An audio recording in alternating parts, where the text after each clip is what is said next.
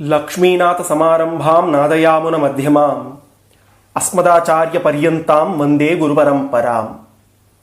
యో నిత్యమచ్యుత పదాంబుజ యుగ్మరుక్మ వ్యామోహద స్థతితరాణి తృణాయమేనే అస్మద్గురోర్భగవతోస్య దయైక సింధోః రామానుజస్య చరణౌ శరణం ప్రపద్యే. The old master instructed the unhappy young man to put a handful of salt in a glass of water and then to drink it. How does it taste? The master asked. Not good at all, spat the disciple. The master chuckled and then asked the young man to take another handful of salt and put it in the lake.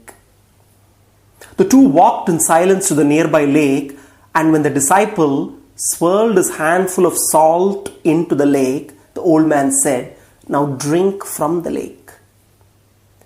As the water dripped down the young man's chin, the master asked, "How does it taste now?" "Good," remarked the disciple. "Do you taste the salt?" asked the master.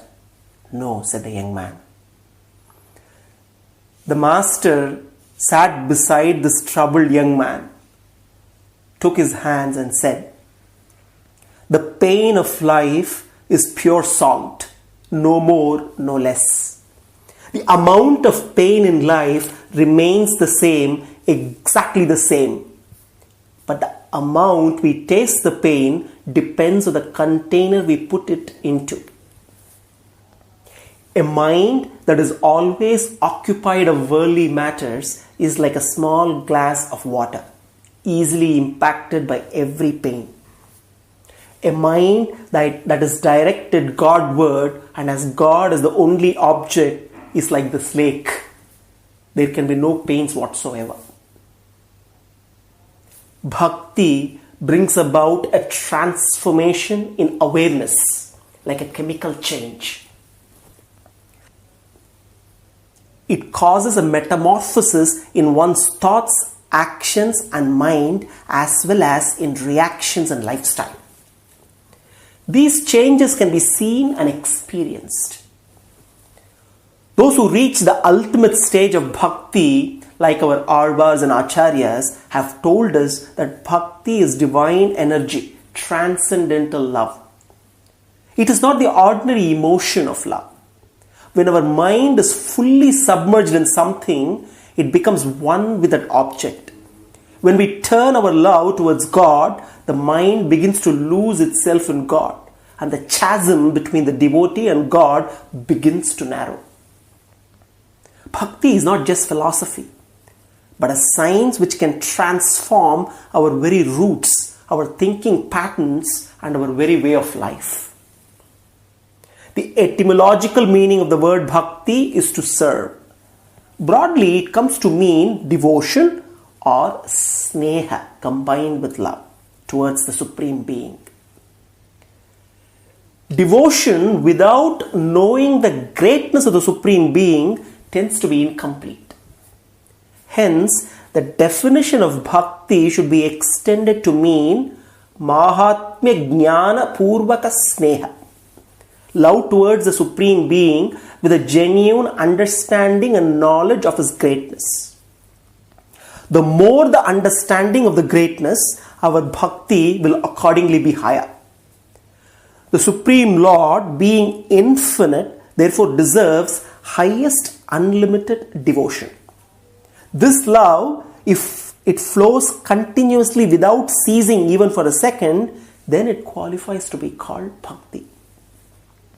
If love towards the Supreme is affected by obstacles or shaken by other causes, then it is not true devotion.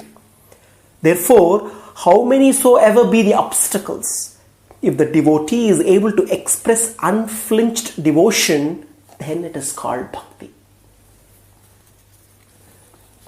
Today, we have assembled here to relish two chapters of the Gita, chapter 8 and chapter 9, Akshara Brahma Yoga and Raja Vidhya Raja Guhya Yoga.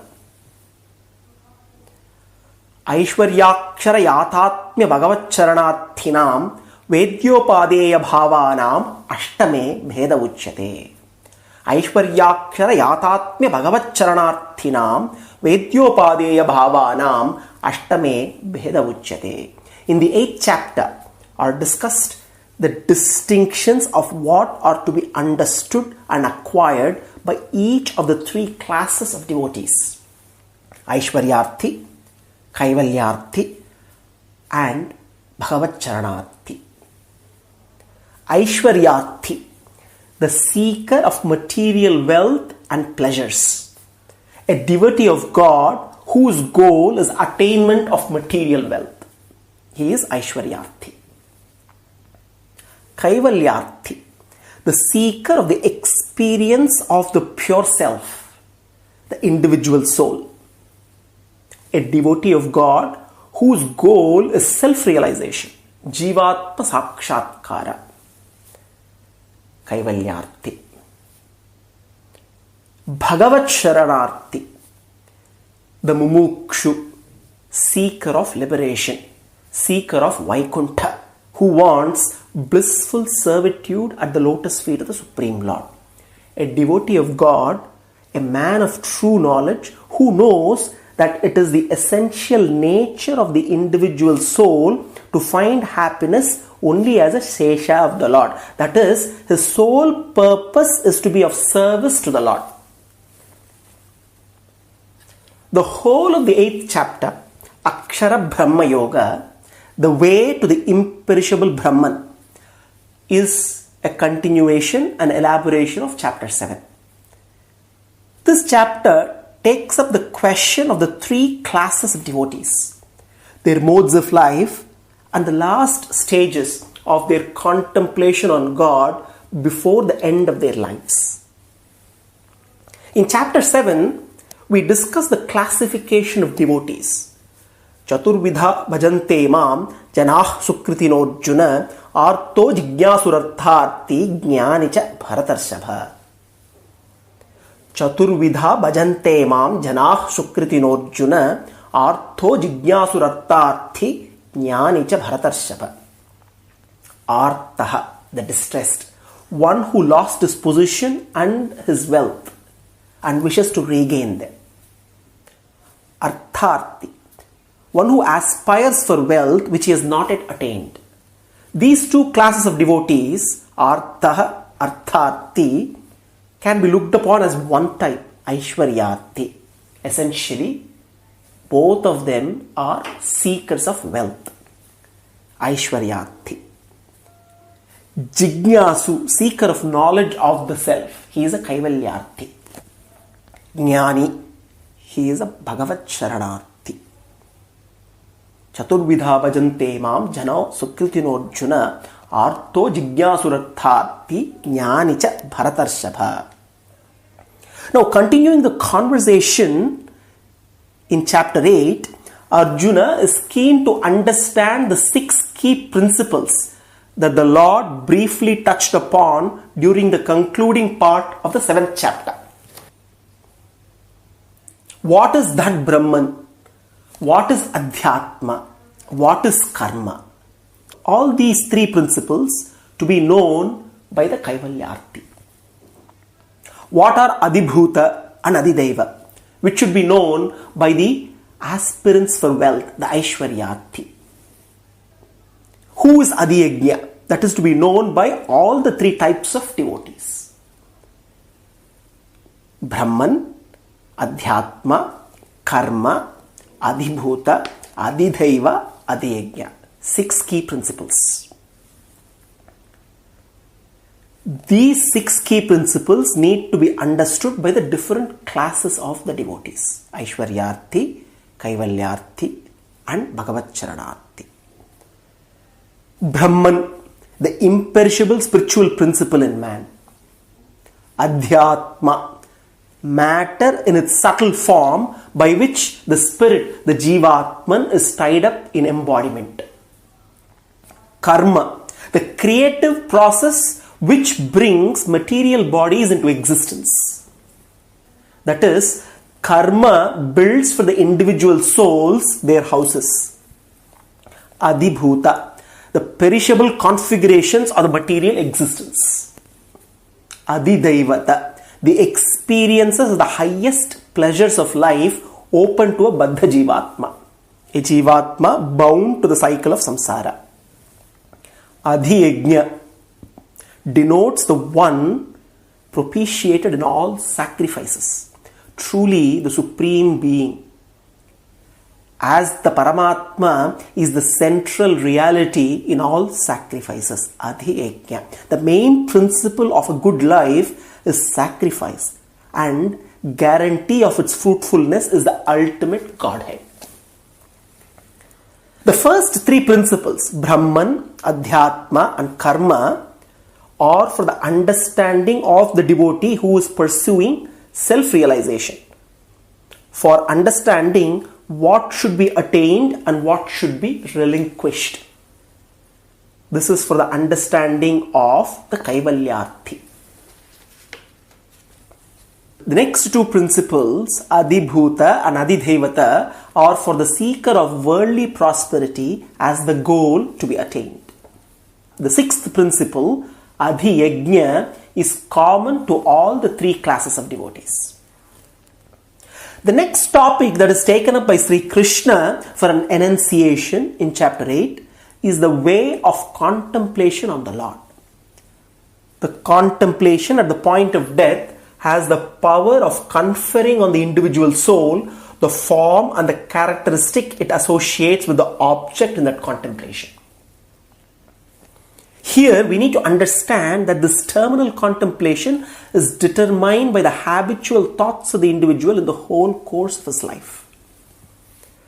The first type of devotees, seekers of prosperity, seekers of Aishwarya, dwell on God not for His own sake, but as a giver of the boon of prosperity. The attributes and glories selected for meditation have particular relevance, as it is by virtue of them that the favors sought are granted. These devotees rely on God for securing worldly advantages and pleasures, and while the Lord grants them their wishes, what they attain is perishable. They continue to be caught in the cycle of samsara, and on departing the body, they take the Dhumadhimarga, the path of darkness, and return to samsara. The devotee who worships God for the purpose of attaining his own pure selfhood, seeker of self-realization, has a different manner and direction of meditation prescribed. He dwells on the imperishable transcendent nature of God. This devotee seeks knowledge as knowledge is the essence of the soul. And finally, the meditation and final attainment of a devotee who is established in true knowledge of God, the seeker of God realization, are taken up for consideration. He who meditates on the Lord ceaselessly and in whom the love of God is so intense that without remembrance of Him, life itself becomes unbearable, stands on a different footing. He meditates on God with utmost devotion and longs for abiding union with God. To such a devotee, God Himself is the final goal. A true bhakta qualifies for moksha, and on departing the body, such a jivatman takes the Archiradi Marga, the path of light, and reaches Vaikuntha, the abode of Lord Narayana, never to return to samsara. After teaching the modes of meditation for the three categories of bhaktas, Lord Krishna emphatically states that unswerving meditation is the only means to attain Paramatman. Purushassa parah partha bhaktyalabhyastvananyaya yasyantasthani bhutani yena sarvam idam tatam. But the Supreme Person in whom all beings abide and by whom all this is pervaded is to be attained by unswerving devotion, says Krishna. The knowledge of this Supreme Being, the Paramatman, and the nature of Bhakti Yoga are detailed in the next chapter, chapter 9. This chapter, titled Rajavidya, Rajaguhya Yoga also explains why this knowledge of Bhakti Yoga, means of God attainment, Paramatma Sakshatkara, is the greatest and highest of all knowledge and is also the greatest of all secrets. Idam tute guhyatamam pravakshyam yanasuyave jnanam vijnana sahitam yajnatva mokshase shubhat. Idam tute guhyatamam pravakshyam yanasuyave jnanam vijnana sahitam yajnatva mokshase shubhat. Sri Krishna says, Hey Arjuna, to you who are without envy, I shall teach this most secret knowledge as associated with its practical application, on knowing which you will be freed from what is inauspicious. Ashubhat, worldly bondage. Ashubhat mokshase, you will be freed from the evil of worldly bondage, says Krishna. When one knows jnanam and vijnanam, knowledge called bhakti, upasana and vijnanam, the various aspects of this knowledge together with its practical application. Guhyatamam, topmost secret. The knowledge in question is described as the greatest secret, and hence Krishna remarks on the worthiness of the recipient of this knowledge.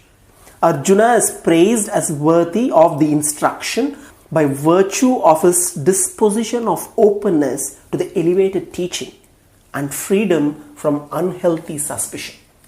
It is promised that the jnana, knowledge, is going to be taught along with vijnana, distinguishing knowledge. If this knowledge is accepted and is acted upon in one's life, it is said that emancipation from all evils of the nature of hindrances to the union with God will follow as a consequence.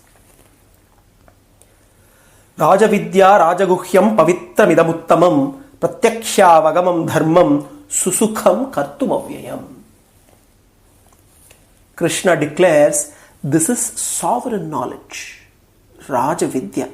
This is the king among sciences, sovereign among secrets, Rajaguhyam, great purifier, Pavitram. It enables the direct realization of God. It is the means for attaining the supreme goal of liberation.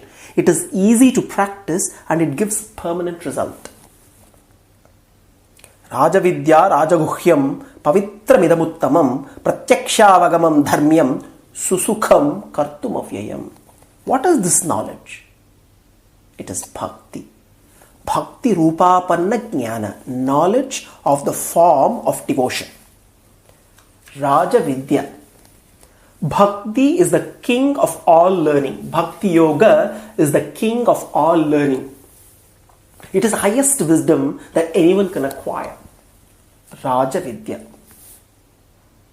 Rajaguhyam. It is a sovereign secret, royal mystery. It remains a secret to those who are not qualified. Bhakti has to be discovered. It is a process of self-remembrance, getting back to our original state. Bhakti is all about alignment to God. When we are aligned to the physical law of gravity, we are comfortable, be it sitting, standing or walking. Even a slight misalignment results in discomfort. All the miseries of life are the result of our misalignment with God. Misalignment to the supreme spiritual law of devotion, bhakti. When the alignment happens, supreme happiness is experienced. Bhakti Yoga remains a top secret for those who are not initiated, whose minds are not purified, those who have not realized the nature of the individual soul as the eternal servant to its master, the Supreme Lord. Uttamam Pavitram. Bhakti annihilates all types of sins which hinder a person from attaining Bhagavan. Krishna highlights the 4 remarkable features of devotion. In the first place, bhakti is such that its object becomes an immediate object of perception when one practices it. To a true devotee, God reveals himself in the very process of devotion. Pratyaksha-vagamam. Bhakti involves a vision of God in its very essence. In other words, bhakti has the characteristics of the very goal of spiritual life, which is the direct experience of God. In the second place, though sharing the characteristics of the goal, it is also an effective means. Dharmyam. Bhakti is the only means to the ultimate goal of life. Thirdly, bhakti is pleasing and easy to practice. Susukham kartum. As it is delectable in itself and capable of granting excellent results, it is joyful and easy to practice. Lastly, bhakti is imperishable, avyayam. The goal of bhakti, which is loving service to Bhagavan, is to attain Bhagavan and continue to do the loving service. The goal bhakti brings about is its own development and maturation. It lives on in and as the end it effectuates. It is a pity that there are people who could adopt this magnificent way of life but still do not do so, lacking faith and earnestness. Ashraddhadhana purusha dharmasyasya parantapa aprapyamam nivartante mrityu samsara vatmani. Ashraddhadhana purusha dharmasyasya parantapa aprapyamam nivartante mrityu samsara vatmani. Krishna adds, those who have no faith in this dharma, bhakti yoga, persist without attaining me in living on in the mortal path of samsara. Ashraddha, lack of faith. If there is no faith, bhakti will not sprout and blossom. Faith is the ABC of the realization of God. Faith declares what the senses do not see. Faith is the wire that connects us to grace and over which grace comes streaming from God. The idea of faith is often misunderstood by people because they associate it with those who are ignorant, uneducated, and who have no power to investigate for themselves. But faith is not blind belief. It is never well founded until it is based on experience. Faith is the flame that lights the candle of life and shows the path of devotion. There is this interesting debate between a professor and a student, which brings out to light the significance of faith. An atheist professor of philosophy speaks to his class on the problem science has with God. He asks one of his new students to stand and starts questioning him. You are a Krishna devotee, aren't you, son? Yes, sir, answers the student. So you believe in God? Absolutely, sir. Is God good? Is God all powerful? Questions the professor. Yes, sir, back comes the reply. Tell me, son, is there evil in this world? Asks the professor in a condescending manner.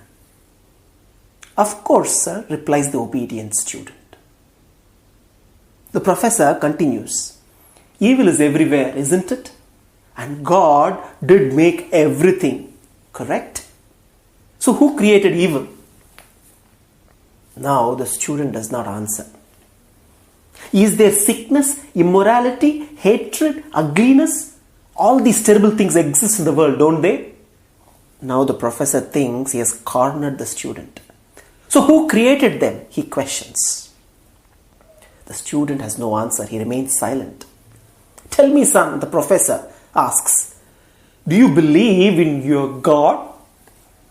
The student responds immediately and loudly, "Of course, sir, I do." Now the professor, with an air of superiority, lectures. Science says you have 5 senses you use to identify and observe the world around you. Have you ever seen your Krishna? Tell us if you have ever heard your Krishna. Have you ever felt your Krishna? Tasted your Krishna? Smelt your Krishna? Have you ever had any sensory perception of God for that matter? "No, sir, I'm afraid I haven't," answers the student earnestly. "Yet you still believe in him?" questions the professor with a sign of incredulity. "Yes, sir," affirms the student. The professor now concludes, "According to empirical, testable, demonstrable protocol, science says your God doesn't exist. What do you say to that, son?" Humbly, the student answers, "Nothing, sir. I only have my faith." "Ha, yes, faith," exclaims the professor. "And that's the problem science has with your God." Now the professor did not expect the student to be a wise one. Just when the professor was celebrating his victory in proving his points right, the wise student starts to talk and question the professor. "Professor, is there such thing as heat?" The professor answers, "Yes." "And is there such thing as cold?" Yes, replies the impatient professor, not knowing where this conversation is heading. "No, sir, there isn't," boldly remarks the student. Now the lecture theatre becomes very quiet with this turn of events. Everyone now expects something interesting to happen. "Sir, you can have lots of heat, even more heat, superheat, mega heat, white heat, a little heat or no heat. But we don't have anything called cold. We can hit 458 degrees below zero, which is no heat, but we can't go any further after that. There is no such thing as cold. Cold is only a word we use to describe the absence of heat. We cannot measure cold. Heat is energy. Cold is not the opposite of heat, sir, just the absence of it." There is pin-drop silence in the lecture theatre. "What about darkness, professor? Is there such thing as darkness?" The professor answers, "Yes. What is night if there isn't darkness?" "You're wrong again, sir," remarks the student. Darkness is the absence of something. You can have low light, normal light, bright light, flashing light, but if you have no light constantly, you have nothing, and that's called darkness. In reality, darkness isn't. If it were, you would be able to make darkness darker, wouldn't you? Now the professor is visibly upset. "So what's the point you're making, young man?" he snaps. Calmly, the student says, "Sir, my point is, your philosophical premise is flawed." "Flawed? Can you explain how?" a visibly agitated professor asks. "Sir, you're working on the premise of duality. You argue there is life and then there is death, a good God and a bad God. You are viewing the concept of God as something finite, something we can measure. Science can't even explain a thought. It uses electricity and magnetism, but has never seen, much less fully understood either. To view death as the opposite of life is to be ignorant of the fact that death cannot exist as a substantive thing. Death is not the opposite of life, just the absence of it. Now tell me, professor, do you teach your students that they evolved from a monkey?" The professor replies, "If you are referring to the natural evolutionary process, yes, of course, I do." Now the student questions, "Have you ever observed evolution with your own eyes, sir?" The professor shakes his head with a smile, beginning to realize where the argument is going.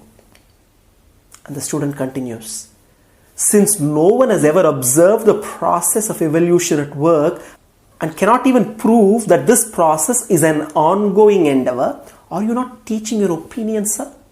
Are you not a scientist but a preacher? The class is in uproar. Is there anyone in the class who has ever seen the professor's brain? Asks the student. Now the class breaks out in laughter. Is there anyone here who has ever heard the professor's brain, felt it, touched or smelt it? No one appears to have done so.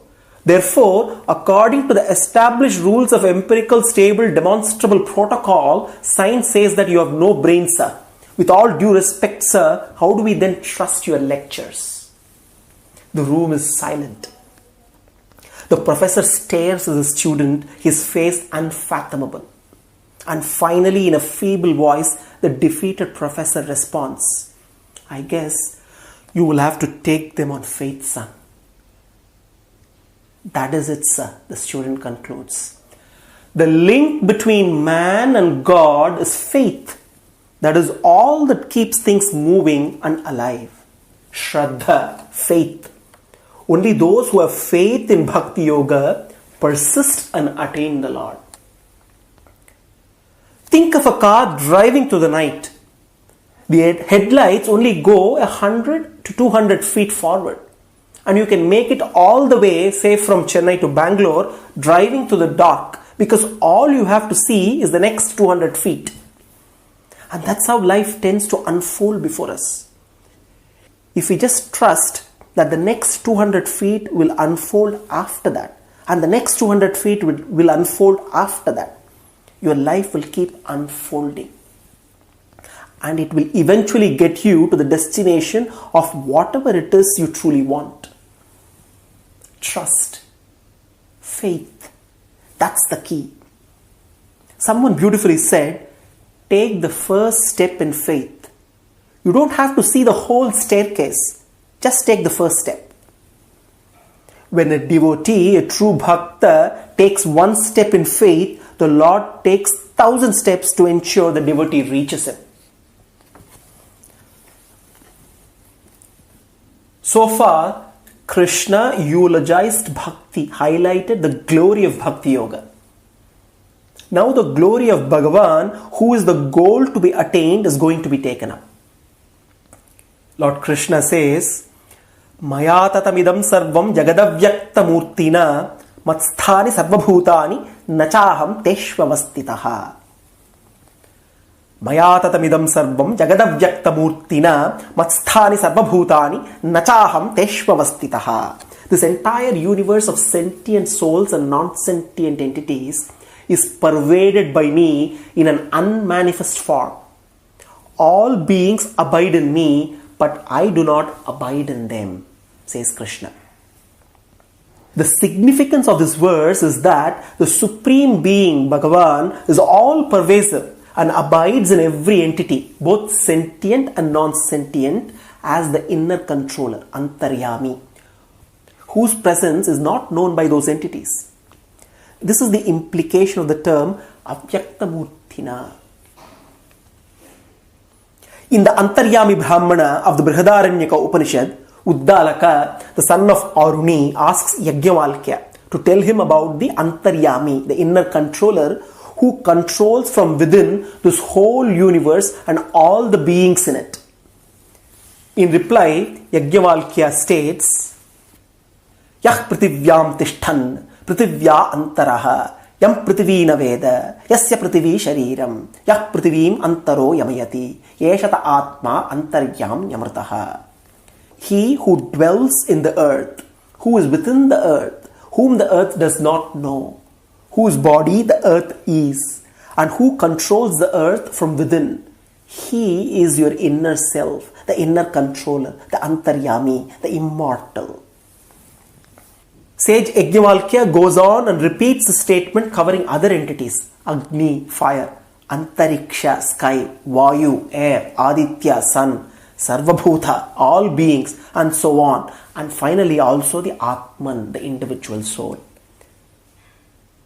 He declares, Yat Atmani Tishtan, Atmanontaraha, Yamatmana Veda, Yashyatma Shariram, Ya Atmanantaro Yamayati, Yeshata Atma Antaryam Yamritaha. This significant Antaryami Brahmana covers in an exhaustive way both the sentient individual souls and non-sentient entities. In each case, it is stated that the Paramatman, the Brahman, dwells in them and also abides within them. None of those entities know his abidance, but they constitute the Sharira of the Paramatman. The Paramatman controls all the entities, the non-sentient matter and the sentient individual souls from within Antaro Yamayati. It is also declared that this Paramatman is the inner self and inner controller, Antaryami of all.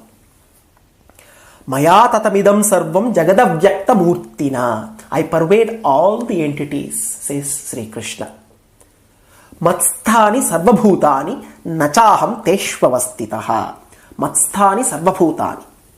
All entities are established in me. Nachaham teshvavastitaha. Nachaham teshu avastitaha. I am not in them, says Krishna. Now earlier, Sri Krishna stated that this entire universe is pervaded by him. If he now says that he is not in them, is this not a contradiction? Such a doubt need not be entertained.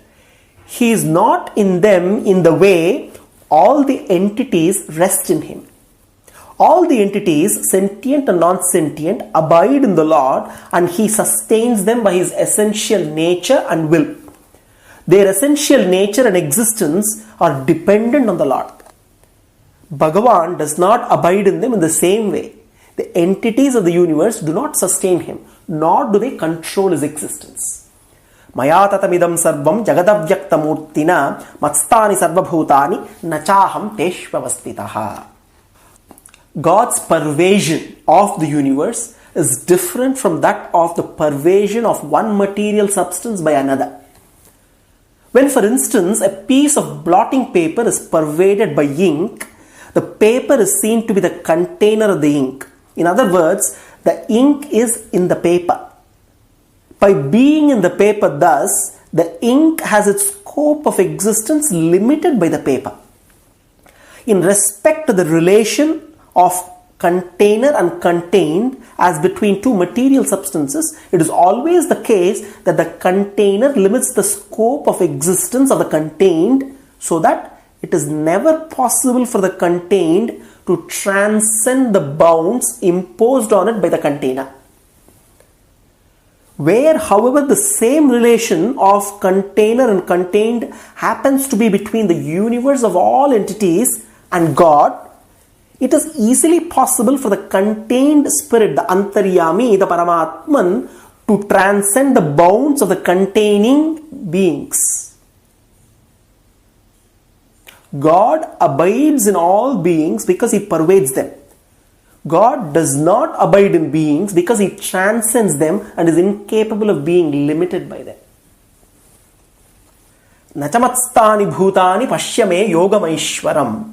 Bhutabhrinnacha bhutasto mamatma bhutabhavanaha.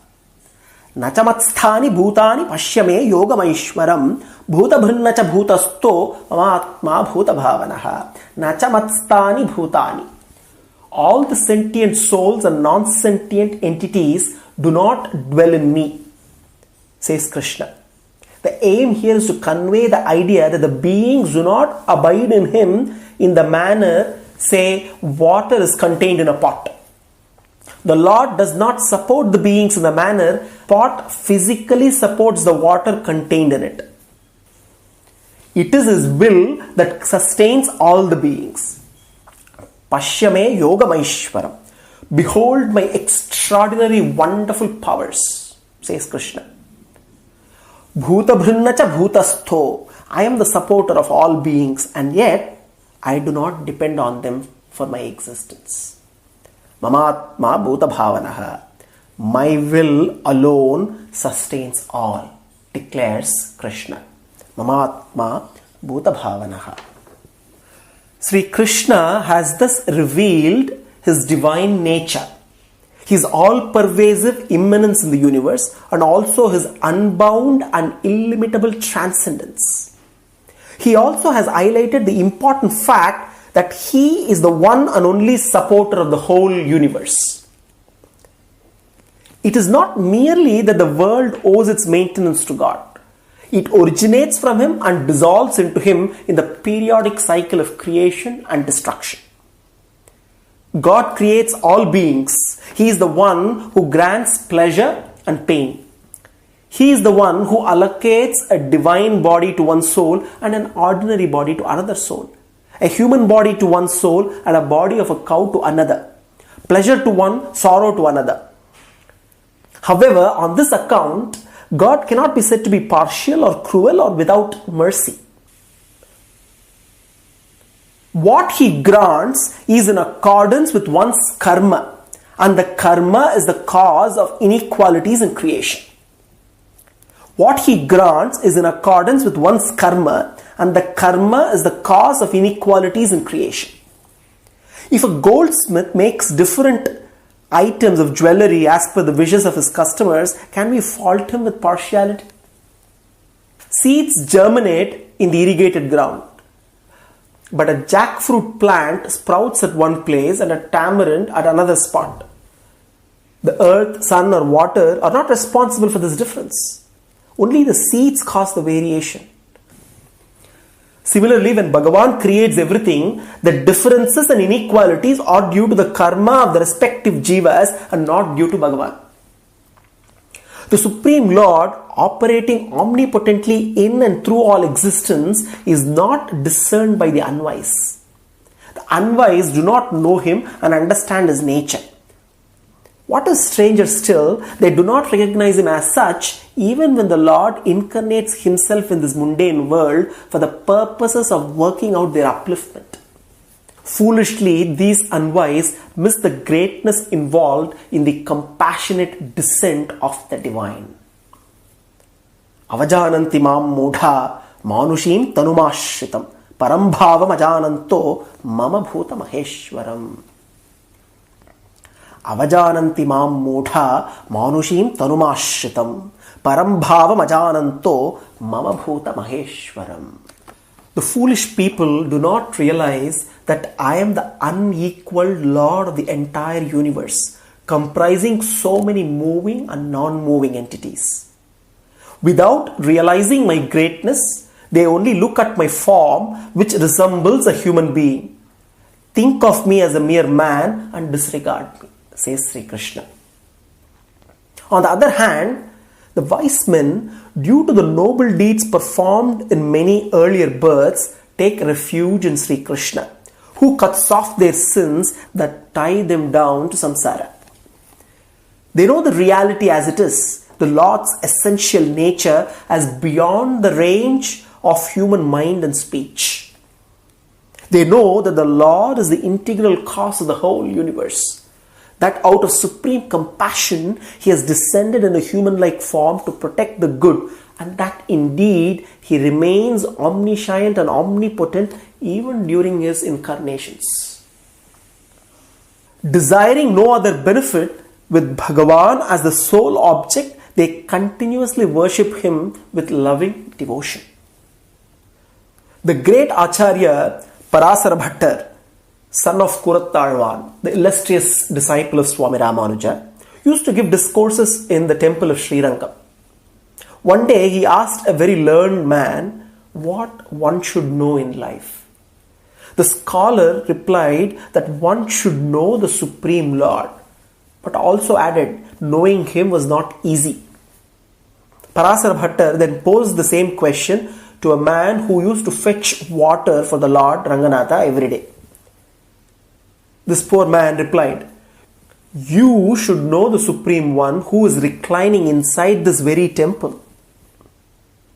So while the scholar's learning had not helped him fathom that the Supreme One was Lord Ranganatha himself, the deity of the temple, the other man had put it very simply, thus showing that bhakti scores over scholarship when it comes to knowing God.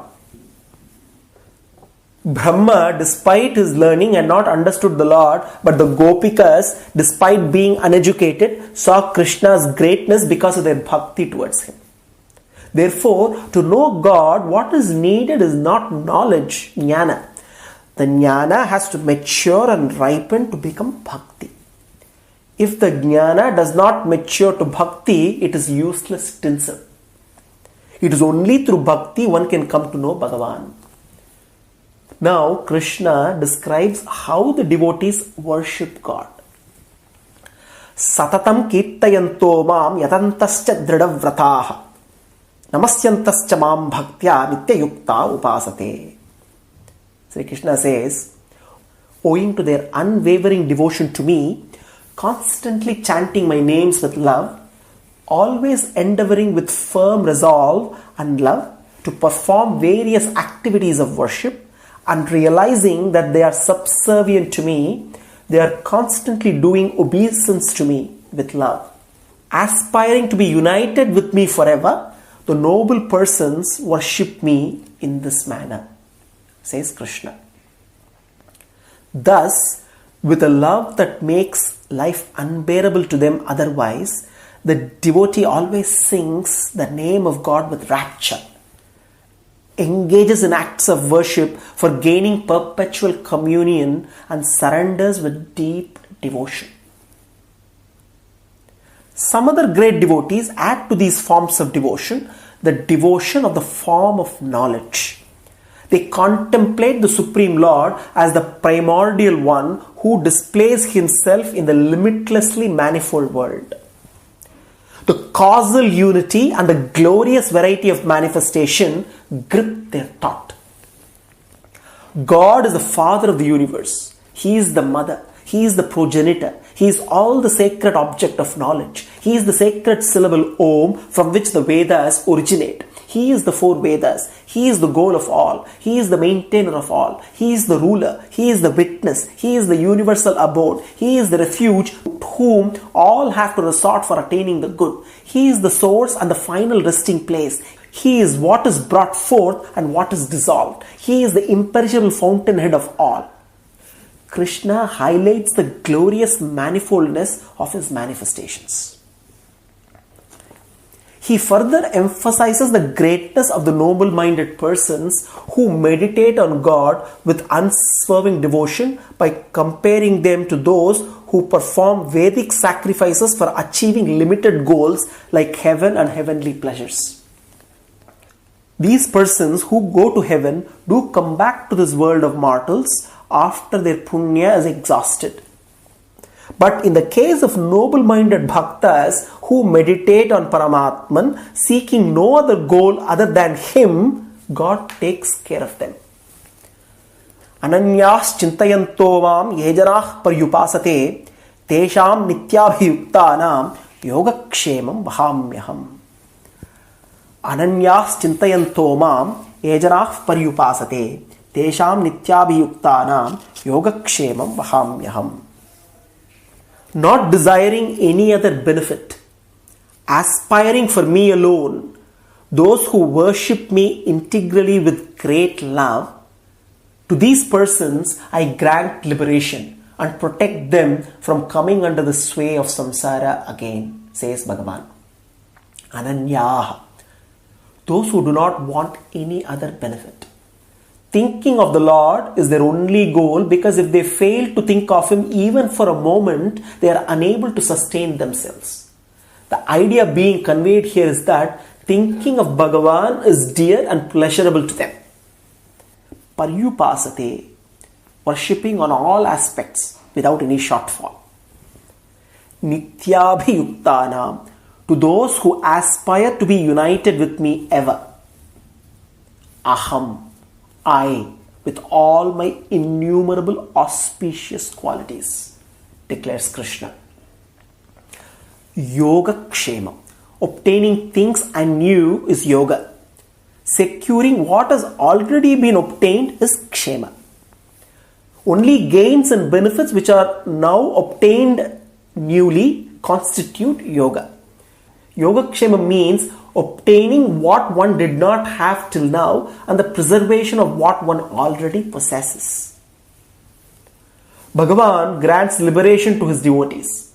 That is, he enables them to reach Vaikuntha and experience him integrally without any hindrance forever. As this is obtained and new, this is yoga.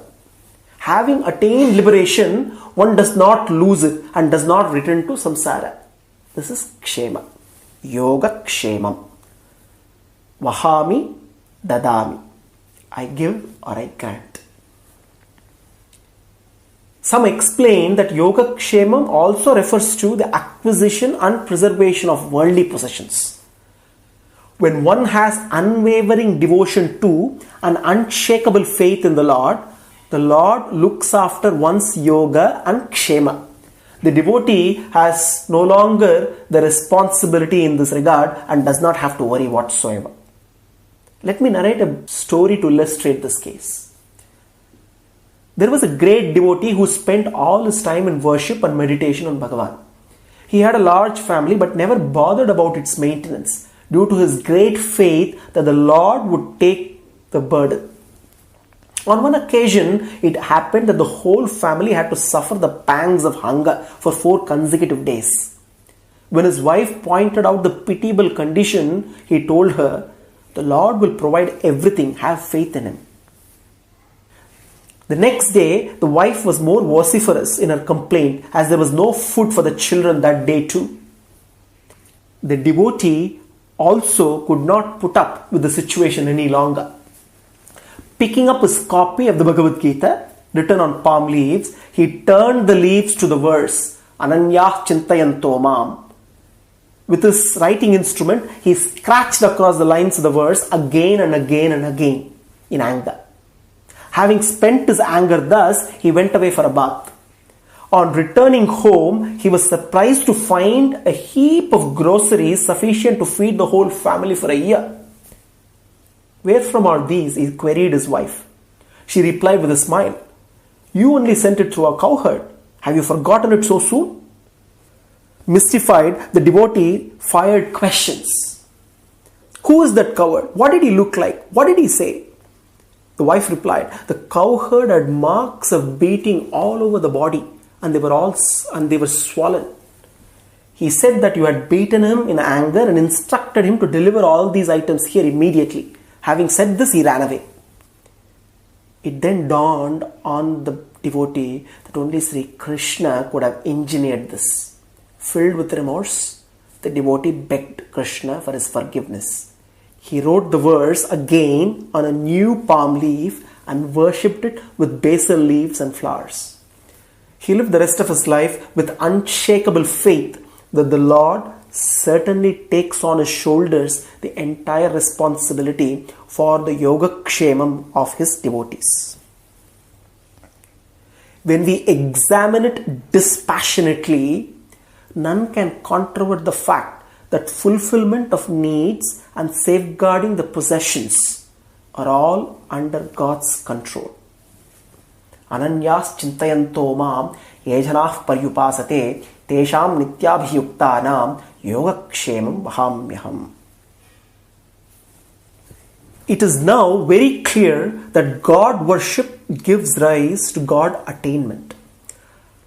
And the doubt naturally arises in the aspirant's anxious hearts as to whether it is not hard to conduct correctly the worship of the great God, the Supreme Being proclaimed by the Vedas and the Vedanta as Parabrahman, Purushottama, Ishvara, Bhagavan.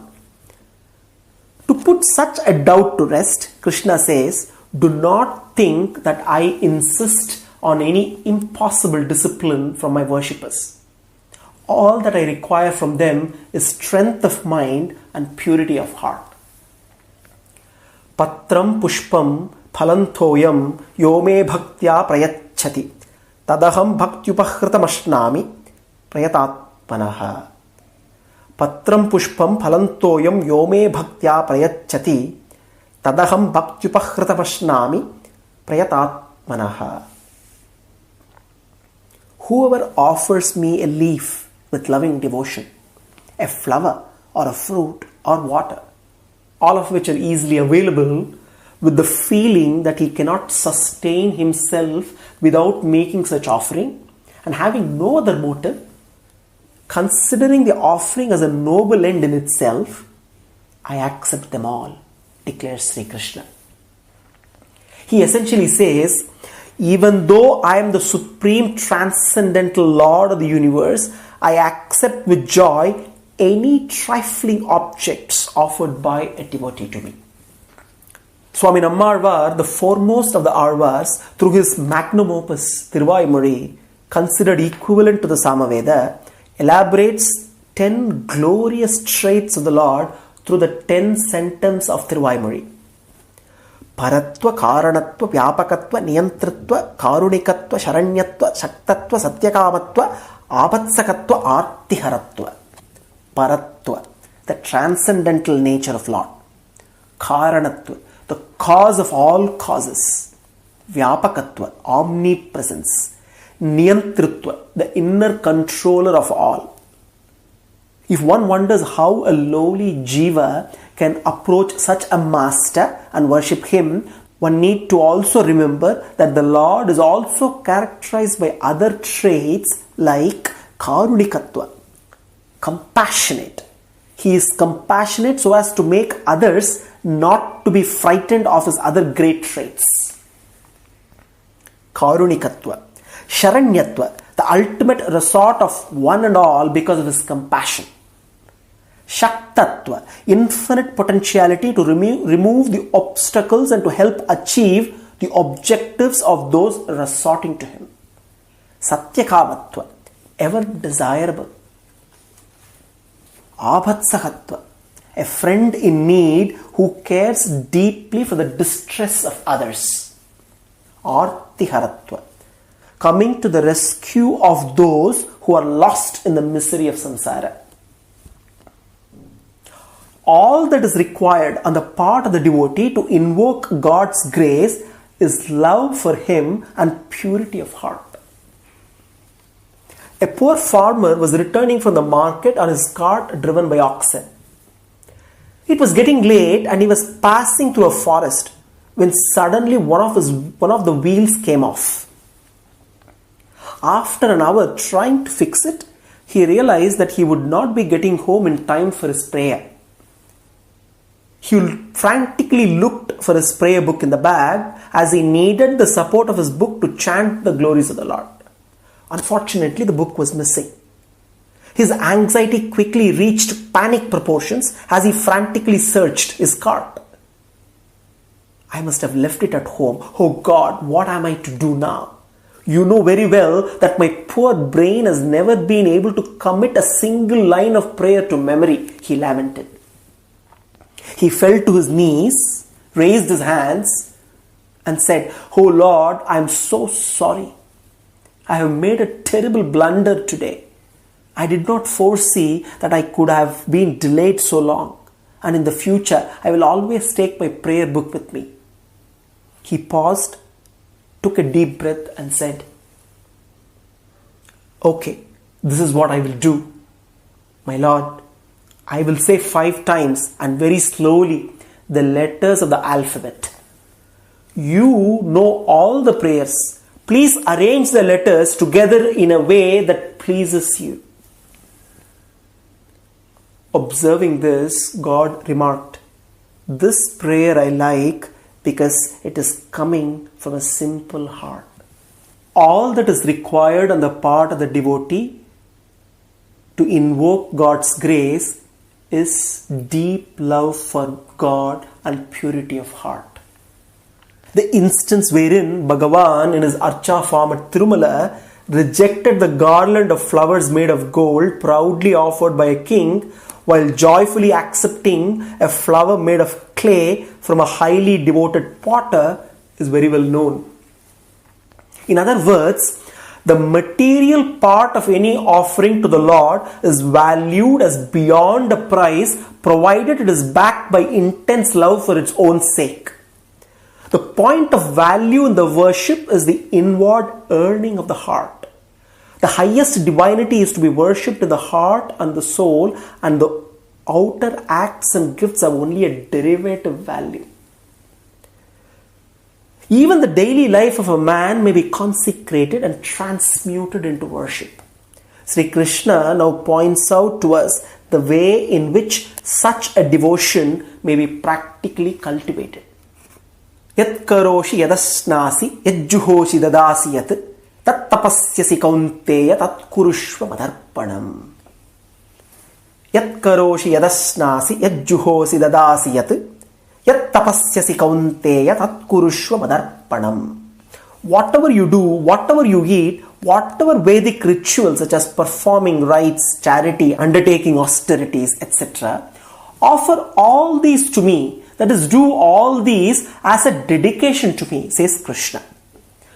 To put God at the center of life with love is to turn it into one continuous adoration.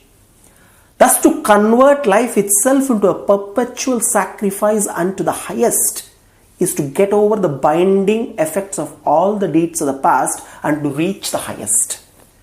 After emphasizing the importance of bhakti as the means of attainment of God and instructing Arjuna to worship him, Lord Krishna now describes bhakti. The last verse of this chapter defines the nature of bhakti yoga. Manmana bhava madbhaktaha madhyaji mam namaskuru mame vaishyasi yuktvaivam atmanam matparayanaha. Fix your mind on me, be devoted to me, worship me, make obeisance to me. Engaging your mind in this manner and regarding me as the supreme goal, you will reach me, emphatically declares Sri Krishna. This is one of the most important verses in the Gita. Manmana bhava madbhaktaha madhyaji mam namaskuru mame vaishyasi yuktvaivam atmanam matparayanaha. This verse conclusively declares that it is through bhakti alone Bhagavan can be attained. Manmana bhava means to focus one's mind on Paramatman.